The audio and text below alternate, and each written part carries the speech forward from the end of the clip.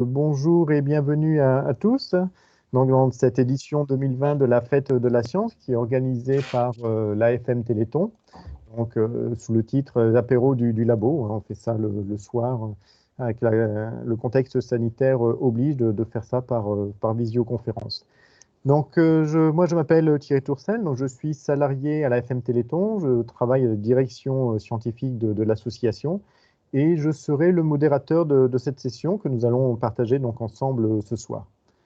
Donc, quelques mots avant de démarrer cet apéro. Donc, pour présenter l'association, la FM Téléthon, qui est une association de malades et de parents de malades, qui vise à mettre au point des médicaments innovants et également à aider les personnes atteintes de maladies neuromusculaires à vivre au mieux possible leurs pathologies, qui sont, vous le savez certainement, des maladies rares, évolutives et pour beaucoup incurables.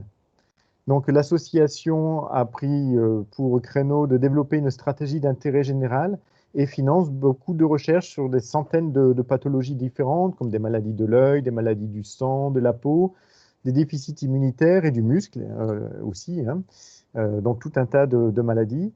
Et puis aujourd'hui, grâce à vous qui êtes connectés, qui est peut-être donateur, adhérent, bénévole, dans une animation Téléthon, que sais-je, vous savez certainement que les premières victoires sur les maladies arrivent, si vous suivez l'actualité. Il y a des centaines de maladies qui sont traitées de par le monde grâce au travail des chercheurs, de nombreux chercheurs qui sont financés donc à travers différents laboratoires grâce au Téléthon.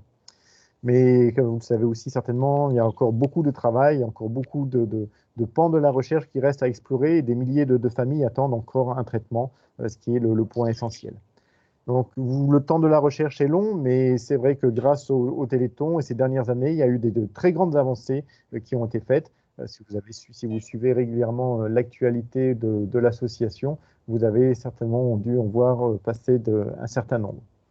Donc, comme je vous le disais en introduction, contexte sanitaire oblige, on vous propose cette année donc une fête de la science un petit peu particulière en virtuel, donc avec pas mal de rendez-vous inédits qui ont été organisés tout au long de la semaine. Là, nous sommes sur la dernière soirée de cette fête de la science. À noter que demain, samedi, en fin de matinée, nous proposons de rencontrer également des personnels AFM Téléthon dans le cadre de la fête de la science, sur la dernière vidéoconférence. Et puis ce soir, je suis ravi d'accueillir Mario Amendola du laboratoire d'édition du génome à Généton, qui va vous présenter donc cet apéro du labo et puis vous présenter cette nouvelle technique qu'on appelle le CRISPR-Cas9 en français, qui sont des ciseaux génétiques qui permettent de modifier à façon le génome. Et si vous suivez l'actualité scientifique, vous avez certainement vu cette semaine le prix Nobel donc, qui a été décerné justement à l'utilisation aux deux chercheurs qui ont découvert ces ciseaux du génome donc pour leur utilisation en biologie. Mais Mario vous en dira quelques mots également tout à l'heure. Juste pour votre information, donc cette session est enregistrée. Et puis pour la bonne tenue de la session, je vous demanderai d'éteindre vos micros pour éviter les bruits de fond, et également couper vos caméras pour permettre une meilleure fluidité au niveau de la visioconférence. Et puis je vous demande également de bien vouloir utiliser le fil de la conversation si vous avez des questions. Également utiliser le lever de la main. Et comme ça, on pourra retransmettre les questions à Mario qui se fera un plaisir de vous répondre. Je vous souhaite une bonne session à tous et puis Mario, je te passe la parole. Oui, merci Thierry. Et bonjour à tous pour être là. Je m'appelle Mario Amendola et aujourd'hui je voudrais discuter avec vous une nouvelle thématique scientifique, c'est les ciseaux génétiques, CRISPR-Cas, une arme pour guérir des mains. Donc rapidement, je suis chercheur à l'INSERM et je suis en même temps chef d'une équipe d'édition du génome en fait à Généton. Donc on travaille avec cet outil tous les jours. Et donc, je suis ravi de pouvoir vous un peu introduire cet domaine. Donc, la première chose que je voudrais vous discuter avec vous, c'est la différence entre l'édition du génome et CRISPR-Cas9. Donc aujourd'hui, on mélange souvent ces deux termes parce qu'on pense qu'ils sont exactement la même chose. En fait, ils sont deux choses très différentes. Édition du génome, c'est la capacité de faire des modifications précises au génome. Donc on peut modifier le génome où on veut. Et ça, on est capable de le faire. Ça fait beaucoup d'années. Les premières données sur ça sont générées dans les années 80 et on a eu déjà un prix Nobel pour cette découverte, le 2007 pour les découvertes pour trois chercheurs. En fait, ça, c'est le début de tout, donc l'édition précise du génome. Après, on a eu, ça fait quelques jours, un 12e prix Nobel pour la chimique et c'était donné à deux chercheuses qui l'ont fait une découverte 2012 et cette découverte-là, c'est les CRISPR-Cas9. Donc les CRISPR-Cas, c'est qu'un des outils qui sont disponibles aux chercheurs pour faire l'édition du génome. Donc les CRISPR-Cas, c'est qu'un outil pour l'édition du génome. Mais c'est un des outils les plus puissants qu'on a jamais eu jusqu'à aujourd'hui pour faire l'édition du génome. En fait, on parle de révolution de l'édition du génome par CRISPR-Cas9 parce que cet outil, cette technologie-là, il est beaucoup plus efficace, plus versatile, plus puissant, beaucoup moins cher et beaucoup plus rapide que toutes les technologies qu'on a eues jusqu'à aujourd'hui. Donc, pour avoir une idée, jusqu'à l'introduction de CRISPR, il y avait quelques dizaines, un peu plus de labos qui étaient capables de faire l'édition du génome de manière régulière. Maintenant, avec l'outil CRISPR, on a des milliers ou dizaines de milliers de laboratoires qui sont capables de faire l'édition du génome. Donc, vous pouvez comprendre bien l'effet qu'il y a eu sur la recherche. Donc, l'édition du génome, pour être capable d'obtenir une édition précise du génome, il faut avoir deux caractéristiques.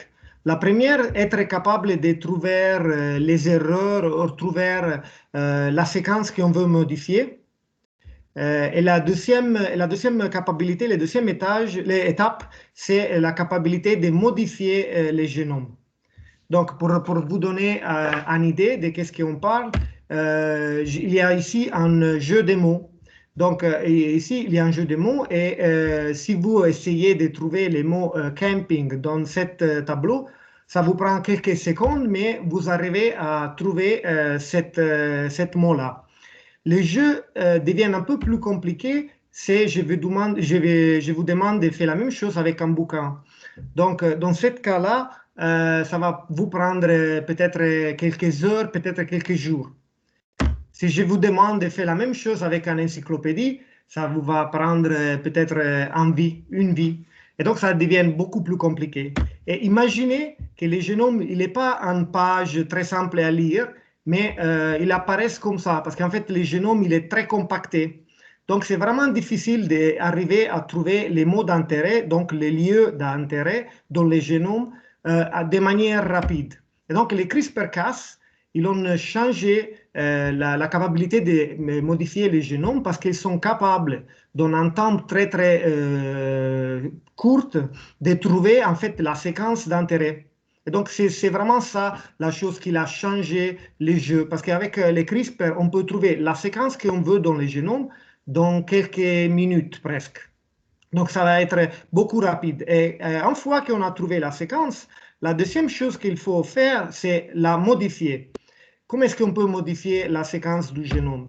Et ça, c'est la motivation parce qu'on appelle les systèmes CRISPR-Cas9 ciseaux moléculaires. Donc, les CRISPR-Cas9, c'est pour simplifier, c'est un système qui est composé par deux parties. Une partie qui s'appelle Cas9, c'est une protéine, et une autre partie qui est ARN guide. Donc, c'est une petite séquence d'ARN, il s'appelle guide, parce qu'en fait, c'est la partie qui guide la Cas9 dans les bons endroits. Donc, c'est la séquence qu'il est capable de trouver les mots d'intérêt dans les génomes. Donc, les deux parties sont capables d'interagir et une fois qu'ils sont ensemble, ils peuvent fonctionner comme des ciseaux. Alors, l'origine des systèmes, nous, on n'a rien inventé. Donc, qu'est-ce qu'on a fait? On a découvert ce système-là. Ce système-là, il existe déjà dans les bactéries. Donc, dans les bactéries, il y a les deux parties, la casse et les guides RNA. Et cette molécule-là, ils sont présents dans les bactéries pour protéger les bactéries des infections des virus. Donc, il y a des virus qui sont capables d'attaquer les bactéries et on les voit là. Ici, c'est une photo des bactéries et cette bactérie-là, elle peut être attaquée par des virus. Et l'infection des virus, il peut arriver à tuer les bactéries.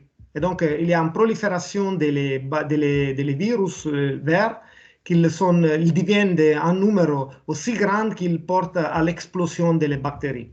Donc, pour se défendre, les bactéries, ils ont développé cette ciseau moléculaire. Cette ciseau moléculaire, il est capable de couper et détruire l'ADN des bactéries, des virus. Et une fois que l'ADN il est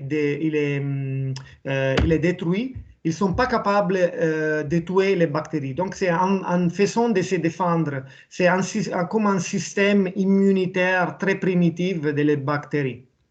Donc, qu'est-ce qu'on a fait? On a découvert ce système CRISPR. Au début, on a découvert la présence de cette molécule dans les génomes des bactéries, dans les années 80. Mais on ne connaissait pas du tout la fonction, les mécanismes, on ne connaissait rien. On savait qu'il y avait cette séquence dans les génomes des bactéries. Après, il a pris presque 20 ans pour comprendre que cette molécule dans les bactéries, ils sont capables de couper l'ADN des virus. Et une fois qu'on a compris ça, on a attendu cette année, juste les papiers des deux prix Nobel que je vous montrais avant, on a compris qu'on peut modifier les systèmes des bactéries pour faire qu'est-ce qu'on veut. Signifie pour modifier l'ADN des cellules humaines et pas que les humaines. Donc, on peut modifier l'ADN comme on veut. Donc, dans les cellules humaines, parce que, bon, comme je vous dis, nous, on travaille beaucoup sur le développement des nouveaux traitements thérapeutiques. Donc, on travaille sur les cellules humaines. Et donc, on utilise les ciseaux pour faire découpage dans les séquences d'intérêt de l'ADN humain. Une fois qu'on a fait le coupage, on sait que les cellules ils sont capables de rejoindre les deux extrémités qui sont générées avec des petites erreurs. Donc, la chose plus simple pour les chercheurs, c'est de faire un coupage avec les ciseaux et on laisse la cellule faire le travail. Donc, on fait un coupage et après, c'est la cellule qui est toute seule, il est capable de réunir les deux extrémités de l'ADN. Et quand elle fait ça, elle met des petites erreurs. Et on peut utiliser cette petite erreur et je vais vous montrer un exemple pour développer de nouveaux traitements. Par exemple, pour les sida. Donc, dans les cellules humaines, on a un gène qui exprime une protéine. Et cette protéine-là, il est responsable et il travaille comme une porte. Donc, il est responsable pour l'entrée des virus. Donc, les virus... sur le match, mais... Pardon, oui. Donc, les virus, il est capable d'utiliser une protéine que nous, tous, on exprime pour entrer dans les cellules et infecter les cellules. Donc, qu'est-ce qu'on a fait, nous chercheurs, qu'est-ce qu'on a fait, c'est d'utiliser les ciseaux moléculaires, donc CRISPR, pour faire un coupage dans les gènes d'intérêt. Comme ça, on peut détruire les gènes d'intérêt. Donc, on va faire un knockout, on va détruire les gènes. Et une fois qu'on l'a détruit, le virus, il n'est pas plus capable d'infecter les cellules. Et comme ça, le virus reste dehors. Il n'est pas capable de nous infecter. Donc ça, c'est un premier exemple de comment on peut utiliser les systèmes CRISPR. Ça, c'est l'exemple les plus simples. Mais on a d'autres choses qu'on peut faire. Par exemple, si on a des séquences, ici je l'ai mis en bleu, des séquences dans l'ADN humain qui sont mutées, qui sont toxiques, qu'est-ce qu'on peut faire? Par exemple, c'est de générer, c'est vraiment simple. On fait deux coupages, on coupe à l'extrémité de la séquence qu'on veut enlever, et comme ça, on la lève, et la cellule va détruire la séquence qu'on a enlevée, et elle va réunir les séquences qu'il reste. Et donc, comme ça, on peut simplement déléter, donc enlever les séquences qui ne sont pas d'intérêt.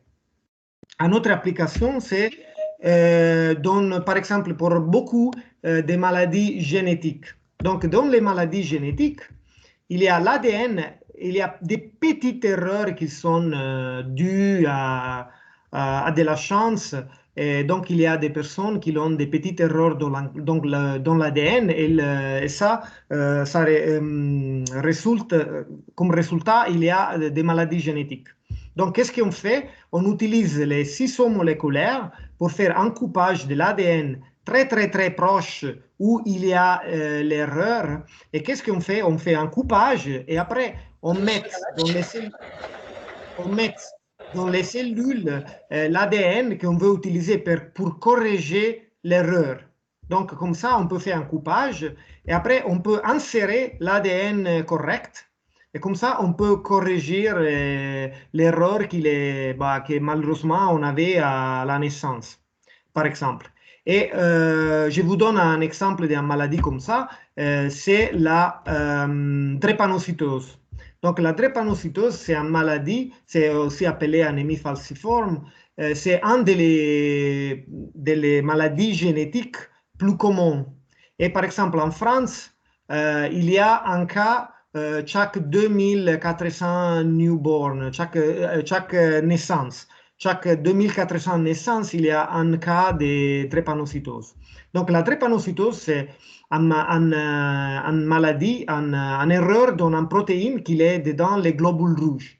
Donc les globules rouges, normalement, ils ont une conformation, ils ont une structure très particulière, vous le pouvez voir ici, c'est discal.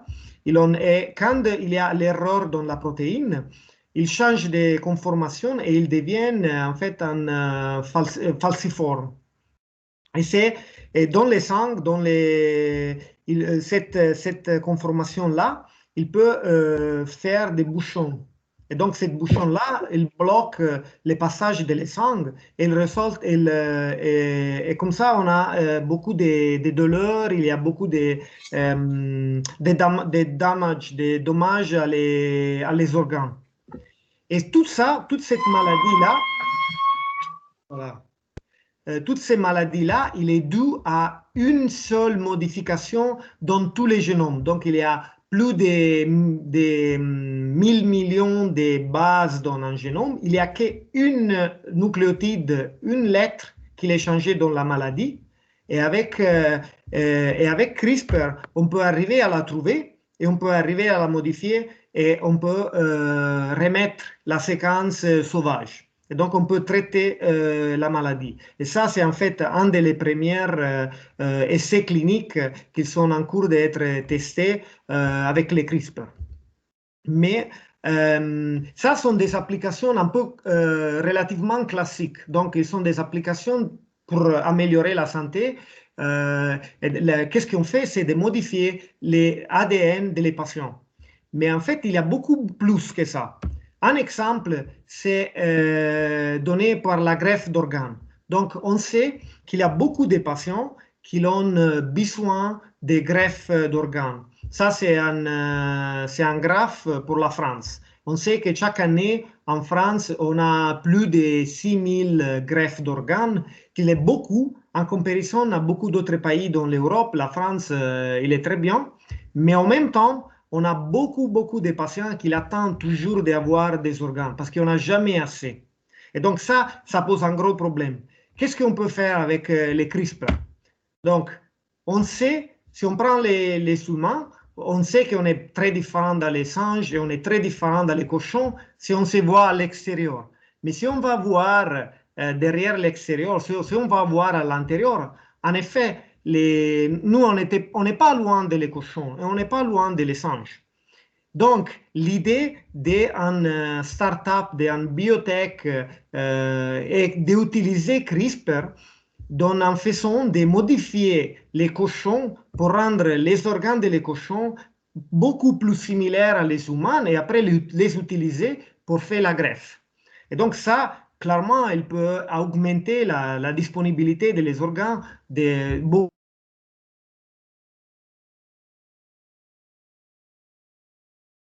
Les reins ou les pancréas ou les foies ou les poumons et utiliser tout pour faire la greffe. Et donc ça pourrait être un changement de jeu, une solution pour beaucoup de patients. Donc ça, c'est un exemple comment on peut utiliser les systèmes CRISPR dans les animaux pour améliorer la santé humaine. Ça, c'est un premier exemple, mais il y a d'autres, beaucoup d'autres que je n'ai pas le temps de vous montrer, mais ça, c'est l'idée de la potentialité, pour vous donner l'idée de la potentialité du système CRISPR. Et on est que, pour l'instant, on n'est que lié à la santé humaine, mais on sait que CRISPR, ça s'écrit everywhere, c'est partout. On sait que CRISPR, on peut l'utiliser en fait partout. Ici, c'est un jeu où on peut voir que CRISPR il est utilisé dans l'ADN humain, dans les animaux, pour l'agriculture, pour les mammouths, pour les tomates. Il peut être utilisé partout. Et en fait, ça, c'est pour vous montrer l'utilisation qu'on a fait dans la science. Dès qu'on a découvert le système CRISPR, maintenant, on a beaucoup de papiers, des travaux scientifiques, et il est toujours en train d'augmenter, qui sont publiés avec l'utilisation de CRISPR. Et en même temps, il y a beaucoup de brevets qui sont liés à CRISPR. Donc, CRISPR, il a vraiment changé, il est vraiment en train de changer la recherche et aussi les biotech, donc l'industrie. Et comme je viens de dire, pas seulement pour la santé, mais par exemple pour l'agriculture. En fait, ça, c'est un exemple de tous les plants, de tous les produits alimentaires qui ont été déjà modifiés. C'est toujours dans la recherche. On ne les mange pas encore, mais c'est toujours dans la recherche. Mais tous les produits alimentaires qu'ils l'ont modifié. Entre eux, par exemple, on a les tomates, on a les riz. Pourquoi on fait ça? Alors, il y a beaucoup de motivations pourquoi on veut faire ça. En première, et on les connaît tous, pour rendre les plants, par exemple, plus résistants à les pathogènes. On peut changer aussi l'ADN pour rendre les tomates plus résistants à les températures avec les changements climatiques qu'on a. On peut essayer de changer en fait l'environnement ou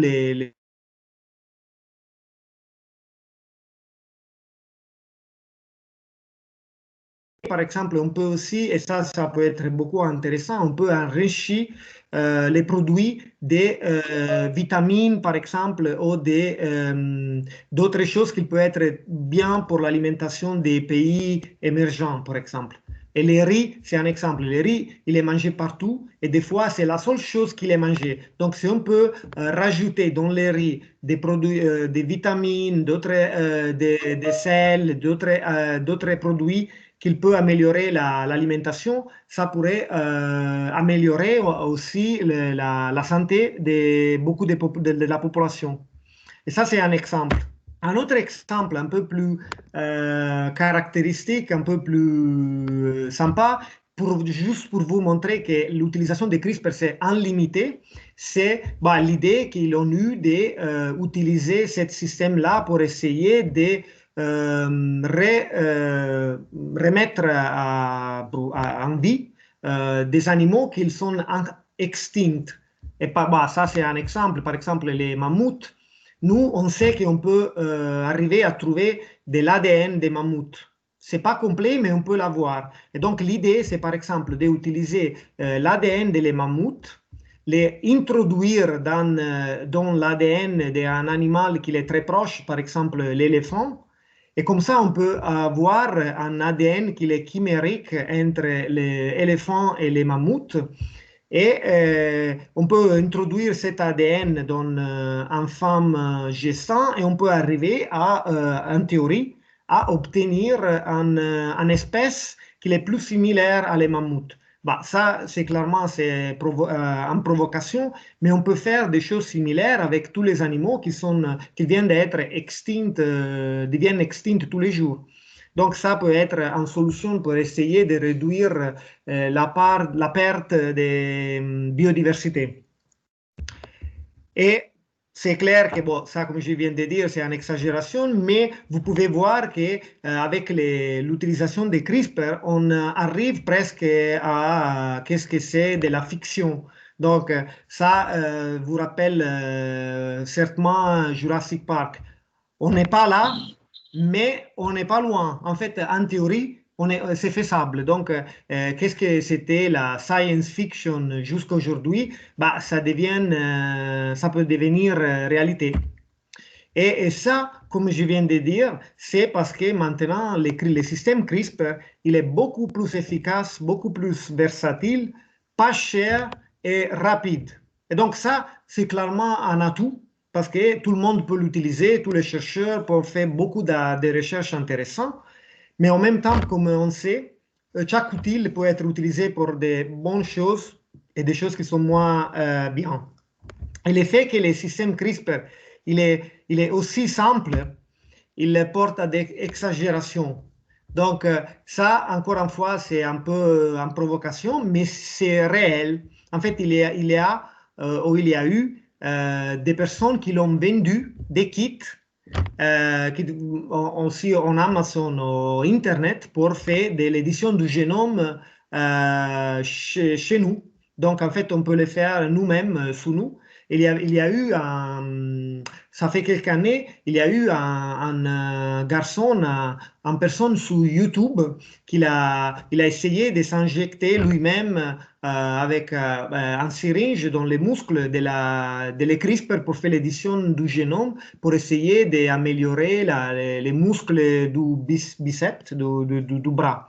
Donc, c'est clair qu'il n'a pas marché, c'est clair que c'était en provocation, tout ça, mais c'est pour vous dire que ce système-là, il est vraiment, vraiment simple. Donc, en même temps, c'est difficile à contrôler. Normalement, toute la recherche, elle était toujours relativement compliquée, donc seulement des personnes très, très expérimentées dans des labos très contrôlés, ils peuvent faire cette recherche-là. Maintenant, ce n'est pas comme ça. Et on a un exemple, malheureusement, on a un exemple dans la recherche d'un chercheur chinois qui s'appelle Zhang Kui. Donc, il est un chercheur, il n'est pas une personne, il est quand même préparé, donc il est un scientist, il est un chercheur. Et qu'est-ce qu'il a fait sans rien demander apparemment dans son laboratoire, toute seule, presque toute seule, c'est de modifier avec les CRISPR des humains sans rien dire. Donc qu'est-ce qu'il a fait? Il a modifié les blastocystes, donc il a modifié les zygotes, il a généré 2 enfants avec les CRISPR. 2 enfants qu'il manque les gènes que j'ai vu décrits avant, que c'est un gène qui donne la résistance à les sida. Donc, son idée, c'était de rendre cet enfant résistant au sida. Mais il y a plusieurs problèmes. En premier, il n'avait rien dit à les parents. Un deuxième problème, c'était que cet enfant, ils n'ont pas de risque de sida. Donc, ce n'était pas nécessaire de faire une modification du génome. Et un troisième, cette modification du génome, il n'était pas discuté. Personne n'était à connaissance. Et c'était trop tôt pour la faire parce qu'en fait, on ne connaît pas encore tous les risques liés à cette technologie-là. Donc, heureusement,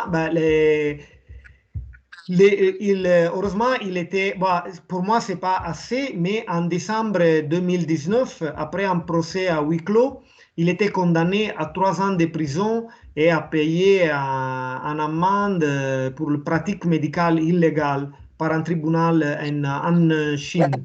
Bonjour. C'est que Allô? Bonjour, je voudrais exprimer un avis. Pardon? Oui, Allô? allez-y.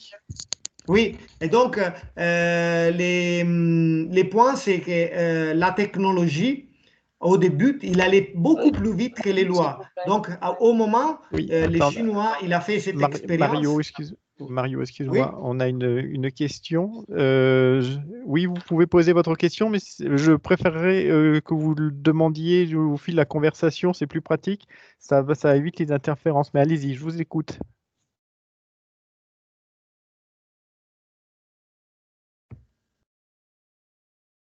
Bon, apparemment, la personne s'est rétractée. Vas-y, Mario, excuse-moi. Bah, j'ai d'autres 5 minutes, après c'est fini. Donc, on peut faire les questions à la fin.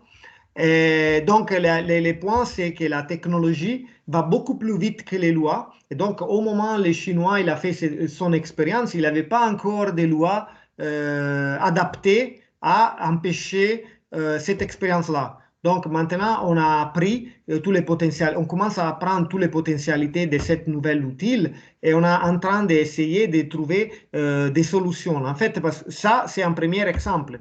Mais on peut imaginer tout simplement que si on peut modifier les génomes des enfants, on peut essayer de les modifier pour des buts thérapeutiques, mais on pourrait bien essayer de modifier l'ADN pour diminuer les risques d'Alzheimer ou améliorer la vue ou améliorer l'intellect des enfants ou essayer de les modifier comme ça il peut être un bon joueur de foot.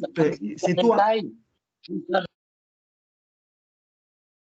Donc, en théorie, pour l'instant, on n'a pas la connaissance pour le faire, mais on a la technologie pour le faire. Et donc, ça, clairement, ça devient encore une fois science fiction. Je ne sais pas si vous avez vu ce film-là, mais si vous ne l'avez pas vu, c'est un joli film. Et en fait, c'est très prédictif parce que c'était fait ça fait 20 ans et il est toujours d'actualité.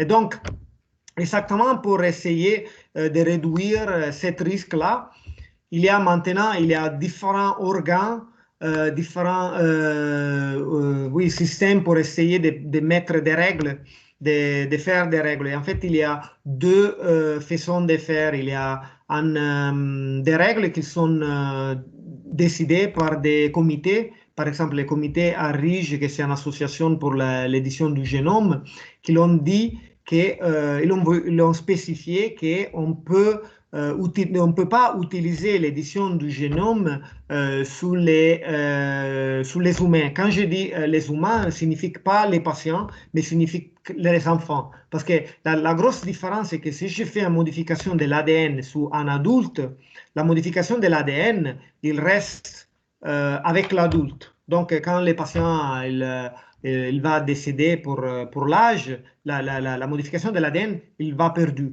Si on va modifier les génomes dans les zygotes, cette modification va rester dans l'enfant, dans l'adulte, mais aussi comment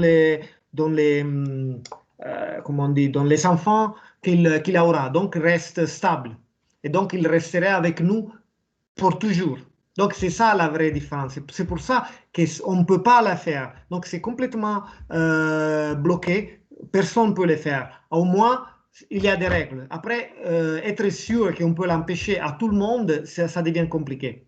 Et ça, ce sont des comités. Et en même temps, il y a beaucoup de chercheurs, presque tous les chercheurs qui l'ont compris, les potentialités de la technique. Ils sont eux-mêmes en train de mettre des règles et de bloquer volontairement toute l'utilisation de l'édition du génome dans la ligne germinale. Donc maintenant, on a beaucoup plus de contrôle et on essaie de rester à jour avec les développements technologiques.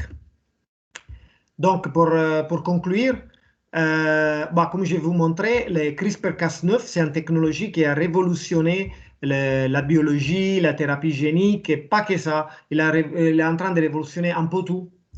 Et il faut, avant d'arriver à traiter les maladies dans les hommes, dans les patients, il faut encore travailler sur la sécurité, il faut avoir beaucoup plus de données pour être sûr qu'on connaît tous les risques associés à l'utilisation de cet outil.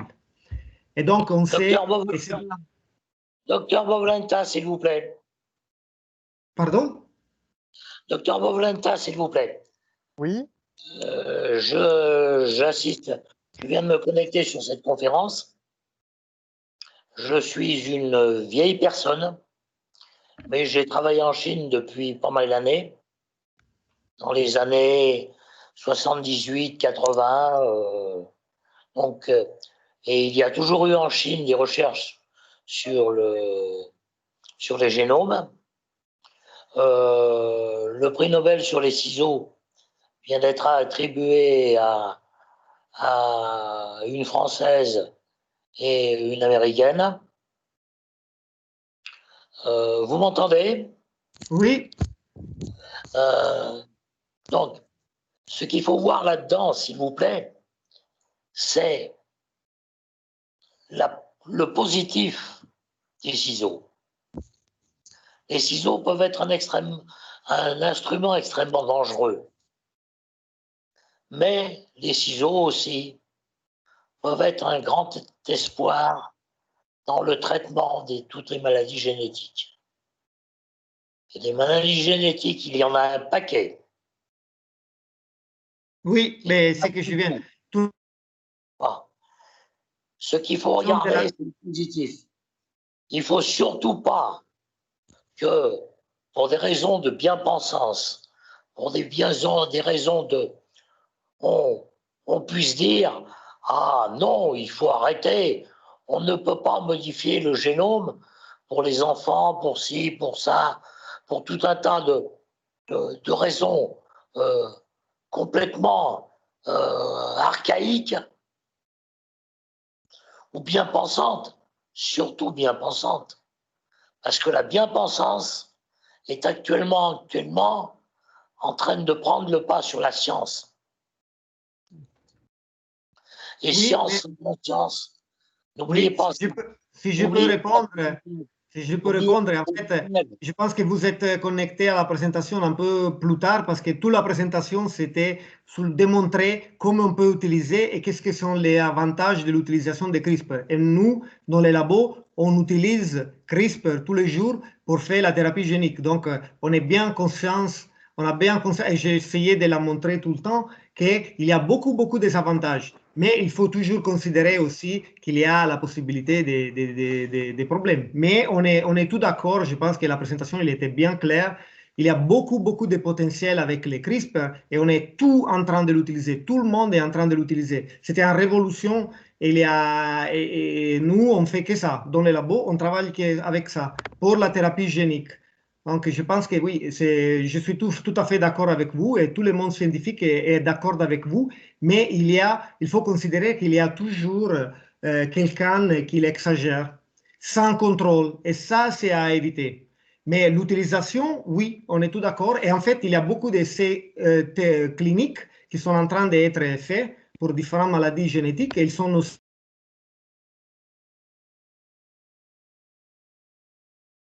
Donc, j'espère qu'on est d'accord sur ça.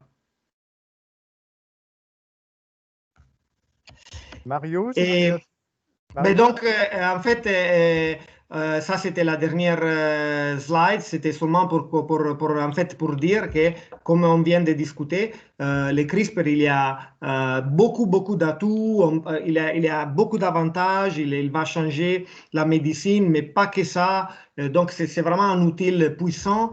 Et c'est pour ça qu'il a gagné les prix Nobel. Et on est en train de l'utiliser sous les hommes. On est encore en train d'étudier les risques associés avec cette CRISPR avant qu'on puisse faire une utilisation massive de la technique, mais on est en train de l'étudier et il faut toujours considérer qu'il a besoin de discuter les limites. Il faut les poser avant qu'on ne discute pas. Donc, la décision de faire des utilisations de CRISPR qui peut être problématique à un niveau éthique signifie qu'on a besoin de les discuter avant de prendre une décision. C'est tout. Il n'y a pas de veto. On n'est pas obligé à essayer à arrêter quelque chose, mais il faut discuter. C'est tout. Et bon, je vais conclure avec ça et je vous remercie pour votre attention. J'espère que j'étais assez clair. Je m'excuse pour les Français qu'il n'est pas parfait, mais bah, je suis italien, donc pour moi, le français, c'est une deuxième langue. Et si vous avez des questions, on est là pour discuter avec vous et ça va être plus sympa. Donc, merci. Alors, effectivement, si les gens ont des questions, je les invite à les poser via le fil de la conversation. Ce sera plus simple pour pouvoir les prendre.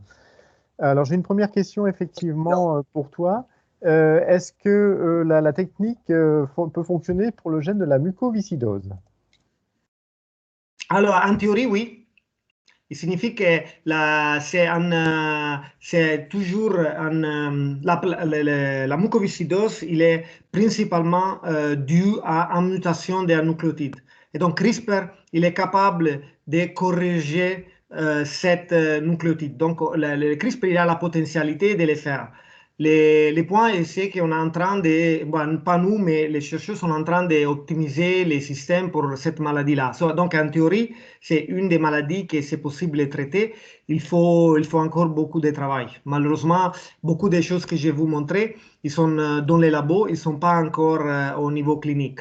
Les maladies qui sont à niveau clinique sont principalement les maladies du sang, pour des raisons techniques. Donc, oui. Mais en théorie, oui. En théorie, la mucoviscidose, c'est un potentiel candidat. Ouais. Merci Mario. Alors, je continue dans les questions qui sont dans le fil de la conversation. Notre question qui découle un petit peu de la précédente, peut-être on peut faire une réponse beaucoup plus courte. Est-ce que ça fonctionne pour une protéine qui est déficiente ou qui est manquante? Alors, ça dépend de la maladie. Parce que si la protéine il est manquant, parce qu'il y a un petit erreur dans l'ADN, on peut corriger l'erreur et donc la protéine va être produite. Donc, en théorie, oui. Mais ça dépend toujours de la maladie spécifique. Donc, en général, oui. Parce que le fait que la protéine est manquante, c'est dû à une petite erreur. Donc, si on peut corriger l'erreur, on peut avoir la protéine. Donc, oui. D'accord. Donc, merci pour ces explications.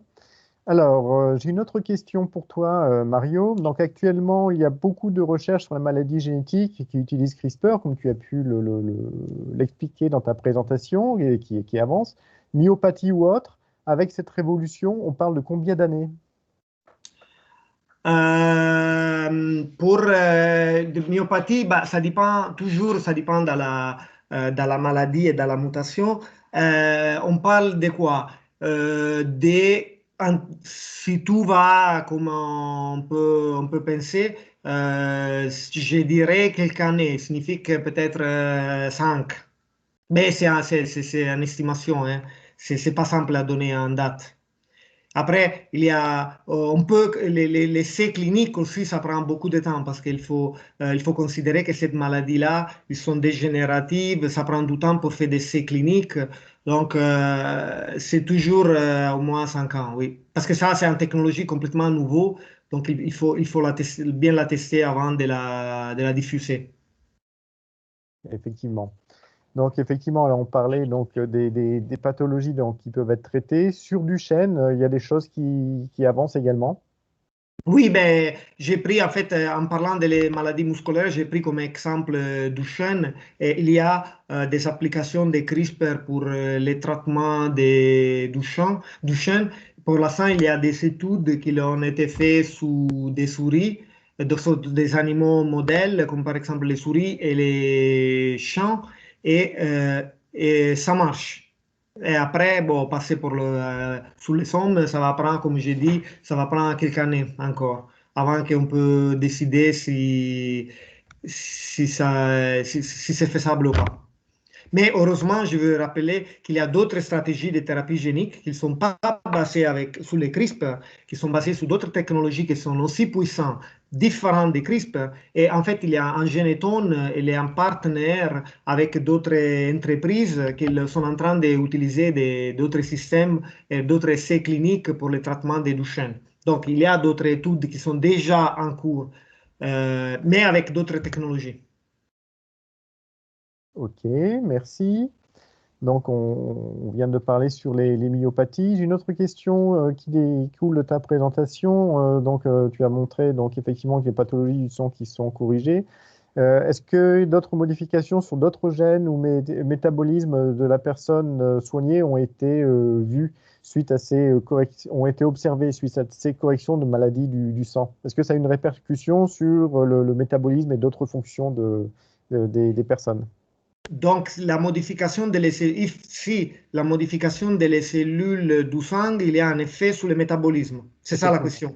Tout à fait. Alors, par exemple, si on prend les modifications qui sont faites pour traiter la drépanocytose ou la thalassémie, non, il n'y a pas du tout effet sur le métabolisme parce qu'en fait, c'est une protéine qui n'a rien à faire avec le métabolisme. Donc, c'est une protéine, c'est l'hémoglobine. Donc, ça dépend de la maladie. Mais pour, par exemple, les maladies du sang, si je parle de la drépanocytose ou de la thalassémie, non, il n'y a pas des effets sur le métabolisme. D'accord. Donc, on a parlé effectivement du chêne et j'ai une question concernant les myopathies des ceintures. Donc, une personne demande s'il y a des essais, enfin des recherches qui sont faites sur les myopathies des ceintures avec cette technique. Ouais. Alors, au niveau des laboratoires, beaucoup de maladies sont traitées. Au niveau des laboratoires, signifie que aussi la myopathie des ceintures, il y a des études. Mais évidemment, pour l'instant, les premiers tests un peu plus cliniques, ils sont faits sur des maladies comme la Duchenne parce qu'elle est mieux connue, il y a plus de patients, mais aussi la myopathie des ceintures, il va suivre. Ça va prendre peut-être quelques années en plus parce qu'on ne peut pas tous les développer en même temps. Mais c'est sûr que ça, c'est une autre maladie que c'est d'intérêt. OK. Alors, et quelle est la technique utilisée, une autre question, pour injecter ces fameux CRISPR? Oui, alors il y a principalement deux systèmes. Et ça dépend si sont les cellules du sang. Il y a une petite différence parce que les cellules du sang, on peut faire la greffe des cellules hématopoïétiques souches. Donc, pour le sang, on peut prendre les cellules du patient et on peut les modifier ex vivo. Et donc là, c'est plus simple. On peut utiliser différentes techniques. Par exemple, une technique s'appelle électroporation. Donc, on peut donner un petit choc électrique à les cellules, très légère. Et cet choc, il est capable de faire des petits trous dans les cellules. Et comme ça, on peut introduire la protéine. Et ça, c'est pour les cellules du sang. Si par exemple on veut modifier des organes qu'on ne peut pas enlever, donc par exemple les muscles ou les foies, qu'est-ce qu'on fait? Ce sont des injections avec des vecteurs viraux. Je ne sais pas si vous connaissez, donc ce sont des virus qui sont réadaptés, modifiés comme taxis pour introduire les gènes CRISPR dans les tissus d'intérêt. Et donc, on utilise des virus modifiés pour faire la livraison de les CRISPR. Et donc, ça sont les deux systèmes qui sont plus utilisés. Merci. Alors, j'ai une autre question, toujours sur le fil. La technique des ciseaux est-elle applicable à tout niveau de la chaîne d'exon? L'applicable à tout niveau. Je ne suis pas sûr si je comprends. Si la question est-ce qu'on peut corriger chaque exon? Oui, parce qu'on peut corriger l'exon 1, 2, 3, on peut tout corriger. Si c'est ça, c'est la question, oui, on peut corriger chaque exon qu'on veut. OK. C'était effectivement la question. Merci. Alors, est-ce qu'il y a d'autres questions que vous souhaitez poser sur le fil de la conversation, qu'on puisse relayer à Mario?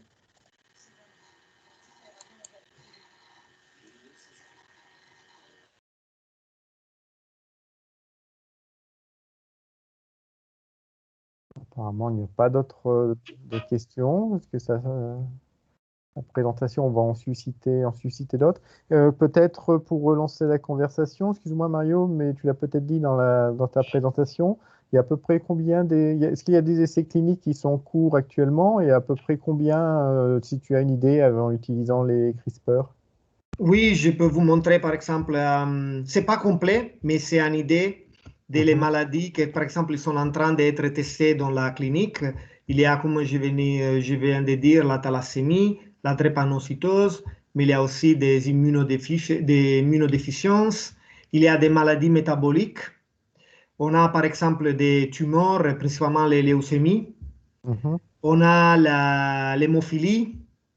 Et on a par exemple la Duchenne, la mucoviscidose, sont toutes des maladies pour lesquelles on commence à voir les premiers tests. Mais ça, c'est pas complet. C'est en liste des maladies principales, principaux, mais il y a beaucoup plus que ça. Donc ça, c'est pour ça pour vous donner une idée des maladies qui sont d'intérêt. Merci.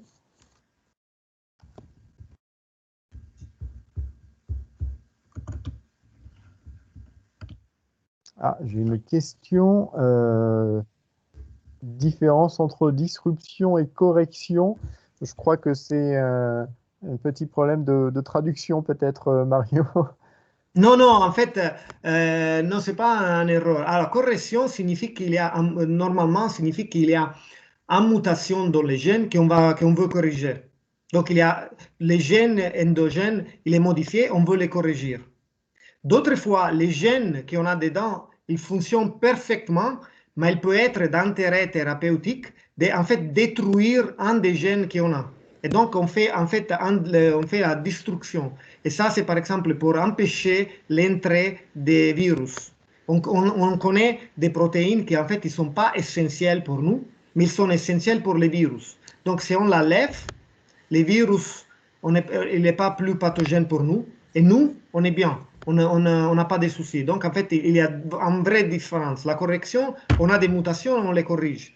De l'autre fois, c'est nous qui on met des erreurs, des erreurs voulues. Donc, c'est une vraie différence. J'espère Ok. que c'est clair. Ben, apparemment, ça semble clair. Alors, effectivement, c'est très clair. Voilà, je relaye en direct, hein. Comment se passe la production? Il faut des quantités, faut-il des quantités importantes? Par exemple, pour les myopathies, ben, il faut pouvoir traiter tous les muscles de l'organisme. Oui, alors ça, c'est lié à ce qu'on vient de dire avant. Ça dépend de la façon de livrer les CRISPR. Et donc, encore une fois, pour les cellules du sang, les quantités à produire sont beaucoup plus simples pour des raisons techniques. Pour la modification des organes, comme les foies, les muscles et tout ça, c'est vrai, il y a un défi pour arriver à produire des quantités importantes. Et ça, c'est une des motivations parce que arriver à un essai clinique, c'est compliqué. Parce qu'une fois qu'on a développé la stratégie, il faut faire la quantité suffisante, il faut trouver la bonne façon de la introduire dans les cellules, il faut trouver... C'est pour ça que les essais cliniques sont compliqués. Donc, c'est vrai, et la quantité peut être des fois limitante. Mais beaucoup de personnes travaillent sur ça, donc j'espère que dans les prochaines années à venir, on va arriver à une solution. Ok, merci. Une autre question, est-ce que les neurones ont été ciblés également? Parce qu'on a parlé beaucoup de Oui, tissus, mais oui, les en neurones fait, ont été... dans les labos, on a tout fait, presque. Tout ce que vous pouvez imaginer, dans les labos, c'était fait. Donc, les neurones, les yeux, l'estomac, je sais pas, les muscles, tout, les cerveaux, on a tout ciblé. Des problèmes des oreilles, je sais pas, auditives, on a tout essayé. Après, dans le labo, à un essai clinique, à les patients, c'est une autre histoire. Mais oui, les potentialités sont là. On est capable de faire presque tout. Merci. Donc, là, je crois qu'on arrive à la fin de notre petite session. Je n'ai pas d'autres questions pour l'instant sur le fil, mais bon, vu l'ensemble des explications et de la présentation que tu as pu donner, est-ce que tu peux désactiver ton partage, par contre, peut-être, Mario, que tout le monde puisse te voir, pardon. J'ai fait Petit quoi? peu Pardon, tard. j'ai pas... Bon, c'est pas grave. Ah, oui, ok, j'ai compris. Juste le partage. J'arrête les partages. Voilà, comme ça. Voilà. Merci. Ben, merci à Christian qui félicite l'ensemble des équipes qui contribuent aux avancées médicales extraordinaires et qui a permis le Téléthon. Voilà, donc merci à toi, entre autres, Mario, en tant que chercheur du Généton, pour l'ensemble des recherches et puis beaucoup d'encouragement et de réussite. Oui, merci à vous tous. Moi, Bonne soirée alors. j'avais une question. Je ne sais Oui, pas si vous m'entendez, parce que j'ai essayé de la poser par la conversation, mais apparemment vous ne l'avez pas prise ou vous ne l'avez pas vue. Vous m'entendez? oui, Oui. En fait, moi, je m'intéresse au gène CARAS, qui est muté dans certains cancers, et notamment dans le cancer du PDAC, pancréas, où, a priori, ce qui m'a frappé, c'est que le codon 12 et le codon 13 sont systématiquement mutés dans 80% des cas. Et donc, il y a eu, j'ai vu une recherche, une publication sur l'utilisation de CRISPR-Cas9 pour CARAS. Si vous intéresse, je vous donnerai la référence. Ça s'appelle Targeting Mutant CARAS with CRISPR-Cas9 Control Tumor Growth. Et depuis cet essai en 2018, j'ai pas trouvé d'autres tentatives de bousiller entre guillemets les CARAS mutés dans les cancers. Et je voulais savoir si à votre connaissance, il y avait donc d'autres essais pour cibler cette mutation CARAS. oui. Quelle est ses Alors, caractéristiques? oui, alors il y a, je ne sais pas si je peux aller dans les détails là, mais il y a les tumeurs, c'est une maladie très différente des maladies génétiques. Parce qu'en fait, le problème des tumeurs, c'est qu'en théorie, il faut corriger 100% des cellules. Il ne peut pas avoir une seule cellule qui reste avec la mutation, parce que cette cellule-là, il va proliférer et on aura toujours les tumeurs. Et ça, c'est un gros défi. C'est vraiment, vraiment, vraiment difficile à le faire avec les CRISPR. Par contre, les maladies génétiques comme la Duchenne, la drépanocytose et beaucoup d'autres maladies, il est assez de corriger en fraction des cellules malades pour avoir un bon résultat clinique. Et donc, c'est pour ça que pour les tumeurs, le CRISPR, il est utilisé dans les labos, mais pour arriver à un essai clinique, c'est vraiment, vraiment compliqué. C'est beaucoup plus compliqué que pour les maladies génétiques. Je ne sais pas si la réponse est claire. Je pourrais aller un peu plus dans les détails, mais ça va être compliqué pour tous les autres. Mais donc, pour les tumeurs, c'est vraiment difficile parce qu'il faut traiter et corriger toutes les cellules. Et c'est vraiment compliqué. C'est vraiment compliqué. Pour l'autre maladie, c'est assez de corriger les 20%, 30%, 40%. Et c'est beaucoup plus simple. Donc, peut-être que ça répond à votre question. Oui, oui, très bien, merci. Très bien. Très bien. Bah, écoute, Mario, il y a beaucoup de remerciements là sur le fil. Donc, ta présentation et tes explications ont été très claires.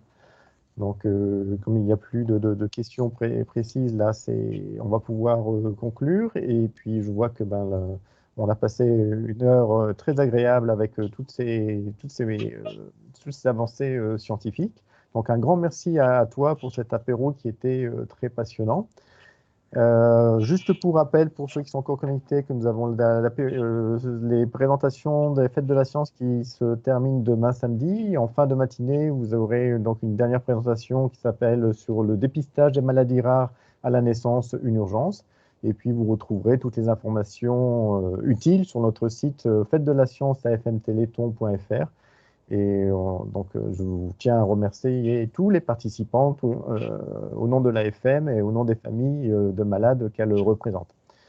Donc, petit rappel, si vous avez envie de nous rejoindre, de soutenir également tous nos chercheurs sur la voie des thérapeutiques, Alors, je vous donne rendez-vous au Téléthon qui aura lieu cette année les 4 et 5 décembre. Et vous retrouverez toutes les informations sur le site événement.téléthon.fr/2020.